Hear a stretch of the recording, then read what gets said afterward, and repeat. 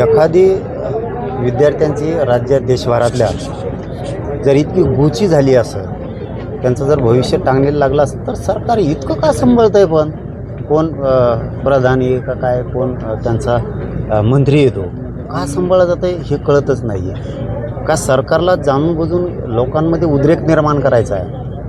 जर आज 20 दिवस झाले त्यांचं उपोषण सुरू आहे आणि त्याची दखलसुद्धा जर केंद्राकडून घेतली जात नसेल, त्यांचं म्हणणंच काय आहे की विद्यार्थ्यांचं नीटमधल्या सगळं वाटोळं झालं आहे आणि याचा केंद्रीय शिक्षण मंत्री याला दोषी आहे. काय हटवायला अडचण आहे? जनता किंवा या देशातले विद्यार्थी जे देशाचं भविष्य आहे ते तुमच्यासाठी महत्त्वाचं नाही आहे. केंद्र सरकार म्हणजे नेमकं काय? आपण प्रधानमंत्री म्हणून नेमकं आपण काय? आणि प्रधानमंत्र्यांनी शिक्षण मंत्र्याला का ठेवावं?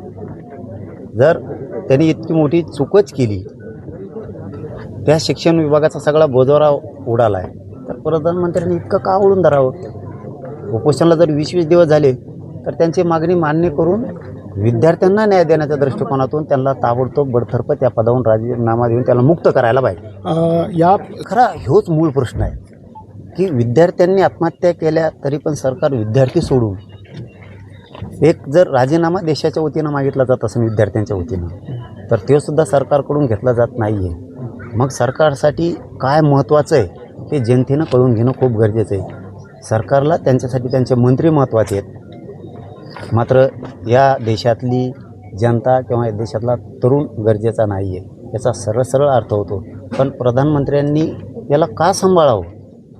जर साधी एक मागणी असेल की याला हटवा, तर त्यांनी या जनतेसाठी विद्यार्थ्यांसाठी हटवलंच पाहिजे या मताचे आम्ही. या संपूर्ण आंदोलन त्यांनी ते उभा तर राहिलंच पाहिजे. आपण त्या ठिकाणी पाठिंबा देणार आहात का आणि किंवा त्यांना भेटायला जाणार आहात का? नाही, आता इतकं बोललो, तुम्ही उपोषण करते आहात, तो बोललो म्हणल्यावर तर आम्ही त्यांना साथ असणारच आहे ना. यहाँ पर बहुत सारे एमपी एमएलए आने को तैयार है, यहाँ पर बाहर खड़े हमारे समर्थन में। दिल्ली पुलिस उन्हें आने नहीं दे रही है।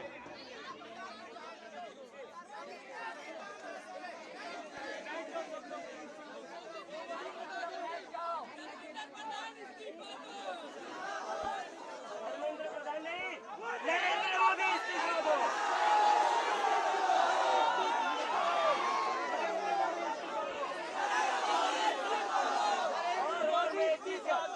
मैं एक चीज कहना चाहता हूँ, आज तक हम धर्मेंद्र प्रधान का इस्तीफा मांग रहे थे नीट में जिन बच्चों की आत्महत्या हुई उनके जिम्मेदारी के लिए, लेकिन आज जो घिनौनी, आज जो नीच हरकत करी है सरकार ने, अब हम नरेंद्र मोदी का इस्तीफा मांगेंगे। नरेंद्र मोदी का इस्तीफा चाहिए। अब मोदी का इस्तीफा मांगा जाएगा। अब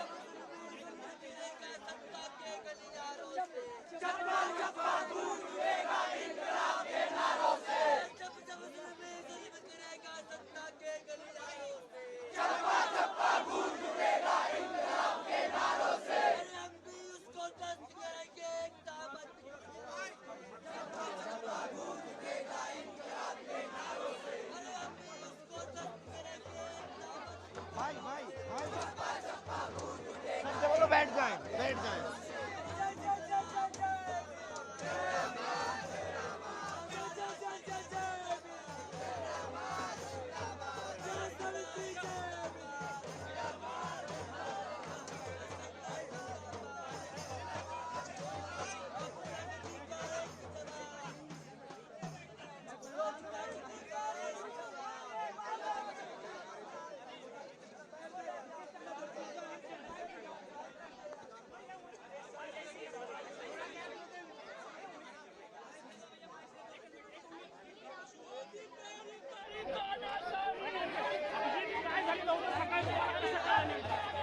मी फ्रेश होण्यासाठी जेव्हा इथे निघालो तेवढ्या दिल्ली पोलीसचे 40 लोक सिव्हिल ड्रेसमध्ये आले, चादर घेऊन आले आणि सोनम सरांना इथं धक्कामुक्की करून शिवीगाळ करून इथून घेऊन गेले.